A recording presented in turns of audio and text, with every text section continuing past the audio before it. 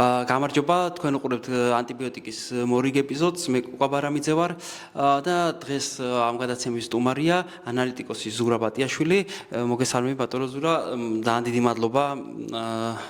დათმობილი დროისთვის და ჩვენთან სტუმრობისთვის, იმიტომ რომ მე თქვენ ინტერვიუებს ძალიან გულისყური და სიამოვნებით ვისმენ ხოლმე და რაღაცა ჩემთვისაც ძალიან სასიხარულოა, რომ ჩვენ მოგვეცა საშუალება, რავით, ჩვენს მცირე აუდიტორიას მაინც რაღაცა სწორი ინფორმაცია მივაწოდოთ. პირველი კითხვით ჩვენ ეს გვექნება, რომ ცხადია ყველას გვაღელვებს დღევანდელი მდგომარეობა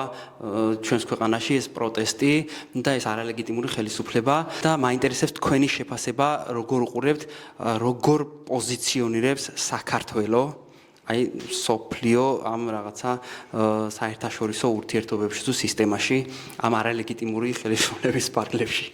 მოგესალმებით, მივესალმებით თქვენს მაყურებელს. პირველ რიგში უნდა ითქვას ის, რომ საქართველოს დღიდან დამოუკიდებლობის ხელახლა მოპოვებისა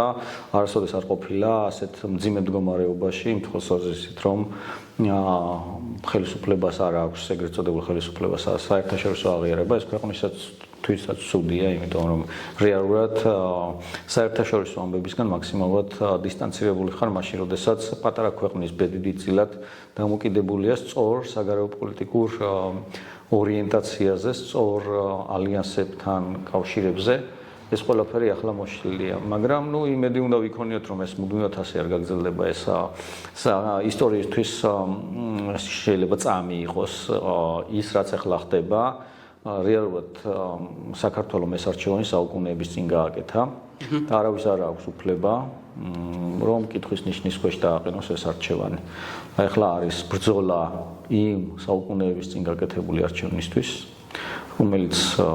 გვეუბნება, რომ ჩვენი ადგილი არის ევროპაში, ჩვენი ადგილი არის ცივილიზებულ სამყაროში და რომ ჩვენ ვართ ამ საერთაშორისო სისტემის შემადგენელი ნაწილი. მიუხედავად ზომებისა, მიუხედავად წონისა,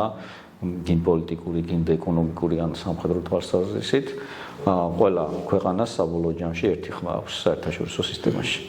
კი ბატონო, აი ჩვენ ხა თავარი მესიჯი თქვათ ამ ხელისუფლების არის, რომ რაღაც ღირსები და მშვიდობით ევროპისკენ, ეს ევროპისკენ რაც ხდება გასაგებია. მე მინდა თქვენი აზრი, თქვენი პასუხი იმასთან დაკავშირებით, აი მაგალითად როცა აპელირებენ რომ მშვიდობაზე რა, ჯერ ერთი თქვათ ამ ტიპის მშვიდობა რა შეიძლება ნიშნავდეს, რასაც თქვათ ეს ჯგუფი მშვიდობას უწოდებს და მეორე ამასთან ბმაში რა შანსი აქვს საქართველოს არსებობის თუ თქვათ ჩვენ ჩავხსნით ყველა იმ რაღაცა პარტნიორ მეგობარ ქვეყანასთან ურთიერთობას, რაც ახლა ხდება, ვისთანაც თქვათ ამ წლების ურთიერთობის აშენებას მთელი წლები და უამრავი ადამიანის შრომა დასჭირდა. ამასაც ისტორიულ კონტექსტში უნდა შევხედოთ. ჩვენ წინაპრებს რომ ეთქვათ, რომ მოდი ახლა კაპიტულაციას ანუ მტრის ქვეყნის ჩაბარებას მშვიდობა დავარქვათ და ყველა შემოსეულ მტერთან ეს გაეკეთებინათ, დღეს საქართველოს არ იარსებებდა. ანუ თუ მშვიდობაში და დიდწილად ესენი ასე აკეთებენ, მშვიდობაში კაპიტულაციას, ანუ ყველაფრის დათმობას გულისხმობენ, თუ ამას გულისხმობენ, ეს რა თქმა უნდა არ არის მშვიდობა. რეალურად ახლა ისტორიაში ესეც პირველად არ ხდება, ძალიან ბევრ ქვეყანას, საქართველოს შემთხვევაშიც ყოფილა, რომ მსგავსი სიტუაციები ყოფილა და სხვა ქვეყნებშიც, რომელიც რეალურად სრულდება ხოლმე დამოუკიდებლობის დაკარგვით და ამის მაგალითები ძალიან ბევრია. იგივე საქართველოს ისტორიაში 1920 წლის 7 მაისს საქართველოსა და რუსეთს შორის გაფორმდა ხელშეკრულება, რომლითაც რუსეთი ერთის მხრივ აღიარებდა ჩვენ ტერიტორიულ მთლიანობას და დამოუკიდებლობას, მაგრამ მეორეს მხრივ ჩვენ მოგვიწია აქედან გაყვანა ბრიტანული საჯარისო ნაწილებისა და ეგრეთ წოდებული ნეიტრალიტეტის გამოცხადება, აქტიური ნეიტრალიტეტის გამოცხადება, რამაც საბოლოო ჯამში გამოიწვია ქვეყნის ოკუპაცია 1921 წლის თებერვალის 1 წელიც ვერ გაძლო ამ ეგრეთ წოდებულმა მშვიდობამ. შესაბამისად, თუ მშვიდობას რეალური გარანტიები არ მოსდევს, თუ ეს მშვიდობა არის კაპიტულაცია, თუ ამ ყველაფრის საფასური არის დამოუკიდებლობის დაკარგვა, რა თქმა უნდა, ეს არის მხოლოდ ფარსი, სიტყვებით თამაში და მეტი არაფერი. კი, აი კიდე მაგ ამბავთან დაკავშირებით დღეს ჩვენი საუბრიდან ერთი მომენტი გამახსენდა, რომ ძმების, ვთქვათ, დესპანელჩებად წარმომადგენლობა ჩვენი ქვეყნის და რა მოუვიდა, ვთქვათ, ადამიანს, რომელიც წარმოადგენდა საბჭოთა კავშირს, კონკრეტულად თურქეთის რესპუბლიკაში, ეს ამბავიც რომ მაგალითად მოვიყვანოთ. დიპლომატიის ისტორიაში ერთ-ერთი შემთხვევა იყო, რომელიც ქართველებს გადაგხვდა, როდესაც ორი ძმა ერთ ქვეყანაში წარმოადგენდა სხვადასხვა ქვეყნებს. Ფედერალობაში მაქვს ის, რომ ბუდუ მდივანი იყო საბჭოთა რუსეთის, ხოლო სიმონ მდივანი დამოუკიდებელი საქართველოს წარმომადგენელი თურქეთის რესპუბლიკაში, ანკარაში. რეალურად ეს ისტორია გაგრძელდა იმით, რომ საქართველოს ოკუპაციის შემდეგ სიმონ მდივანმა დატოვა თურქეთი და გადავიდა საფრანგეთში საცხოვრებლად, სადაც თავისი სიკვდილით გარდაიცვალა. ბუდუ მდივანი კი შემდგომში საბჭოთა საქართველოს ერთ-ერთი ბრჭყალებში ლიდერი, ისევ საბჭოთა სისტემამ დახვრიტა ოჯახთან ერთად, მეუღლესთან და 5 შვილთან ერთად 1937 წელს, მაგრამ ფიზიკურთან ერთად არანაკლებ თუ არა უფრო მეტი მნიშვნელობა აქვს ისტორიაში როგორ შევიდა ერთი და როგორ შევიდა მეორე, იმიტომ რომ ჩვენი სიცოცხლე მხოლოდ ფიზიკური არსებობა ხომ არ არის. ჩვენთვის მნიშვნელოვანია, ჩვენ ადამიანები ვართ, ცხოველები არ ვართ და ჩვენთვის მნიშვნელოვანია რა როგორ გავიხსენებენ ჩვენ წლების თუ ათწლეულების შემდეგ და ერთი შევიდა როგორც გმირი, როგორც დამოუკიდებელი საქართველოს ელჩი, ვთქვათ, პარლამენტის თავმჯდომარის მოადგილე, ელჩი იყო სომხეთშიც და თურქეთშიც, რომელიც ემიგრაციაში გარდაიცვალა, რომელიც ქვეყანაზე ფიქრობდა და ქვეყნისთვის იღწოდა და მეორე, რომელიც სამშობლოს ოკუპაციაში იღებდა მონაწილეობას 1921 წელს ერთ-ერთი იმათაგანი იყო, რომელიც შემოუძღვა რუსულ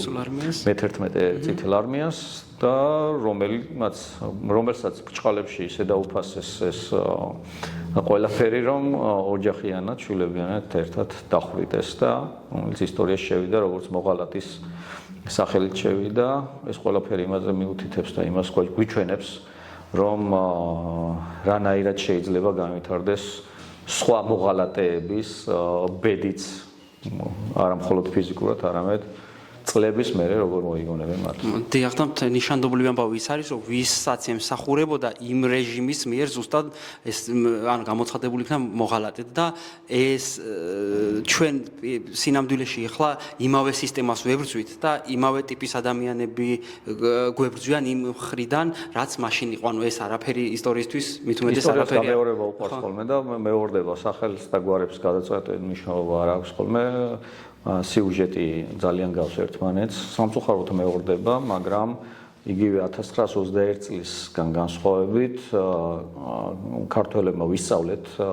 საკუთარ შეცდომებთან მძიმე იყო ძალიან 1921 წლის 25 თებერვალი, რეალურად ახლა 1921 წელი დგას, უბრალოდ ის ხალხი, რომელიც გამოდის და აპროტესტებს ამ ყველაფერს, არ აძლევს მტერს იმის საშუალებას, რომ 25 თებერვალი დადგეს, რომელ დღესაც შეწყდება წინააღმდეგობა, იმ დღეს დადგება 25 თებერვალი და რასაც მალე მოყვება მერე 37 წელი. ამიტომ ამ წინააღმდეგობას აზრი აქვს, ისინი არიან დამოუკიდებელი საქართველოს მებრძოლები და დარწმუნებული ვარ, რომ საქართველო გაიმარჯვებს. კი ბატონო, და ერთი კითხვაც მექნება და ამით ავასრულოთ. აი ჩვენ ამ პროპაგანდის გავლენის მქონე ხალხში გვესმის ეგეთი რაღაცა, რომ ანუ ამერიკაც ის არის რაღაცა იმპერია და დამპყრობელი და რუსეთიც და მე მირჩევნია რუსეთი. და კონტროლი, ანუ ან არის მეორე აზრი, რომ არც ერთის კონტროლი არ მინდა, მე რაღაც დამოუკიდებისა ვარ, მე ჩემი ღირსება მაქვს. აი რო გამიჩნოთ, აი რას გულისხმობს? დაუშვათ ესია რა, გავლენის სფერო და კონტროლი. რას გულისხმობს ეს ცივილიზებული სამყაროს კონტროლის ზონაში ყოფნა და რას გულისხმობს რუსეთის კონტროლის ზონაში ყოფნა? აი ყველაზე ისეთი რაღაც თვალსაჩინო ამბავში. ხო, ეს პროპაგანდა ახლა ამ მომენტისთვის ცოტა გაურკვეველია, როგორ მოიქცეს შეერთებულ შტატებთან მიმართებაში ჩუმად არიან და უფრო ევროპაზე არის. ევროპაზე. მაგრამ მე მინდა ევროპის მიმართულებით თუ ვიტყვით ევროპა არსად ჯარით არ შედის დასაპრობად ეს ერთი და არავინ არ გაიძულებს ამ ევროპის ნაწილი იყო შენ ბუნებრივად ხარ პირველ რიგში შენ გჭირდება რომ ქვეყანაში იყოს ადამიანის უფლებები, სიტყვის თავისუფლება, დემოკრატია, მოსამართლეები იყვნენ სამართლიანები და ასე შემდეგ და ეს შენ გჭირდება და არა ვთქვათ ვიღაცას რომელიმე ევროპულ სახელმწიფოში ხო შენ პირველ რიგში შენ გჭირდება და თუ ამას ყველაფერს დაიცავ ისევ შენთვის იქნება უკეთესი მეორეც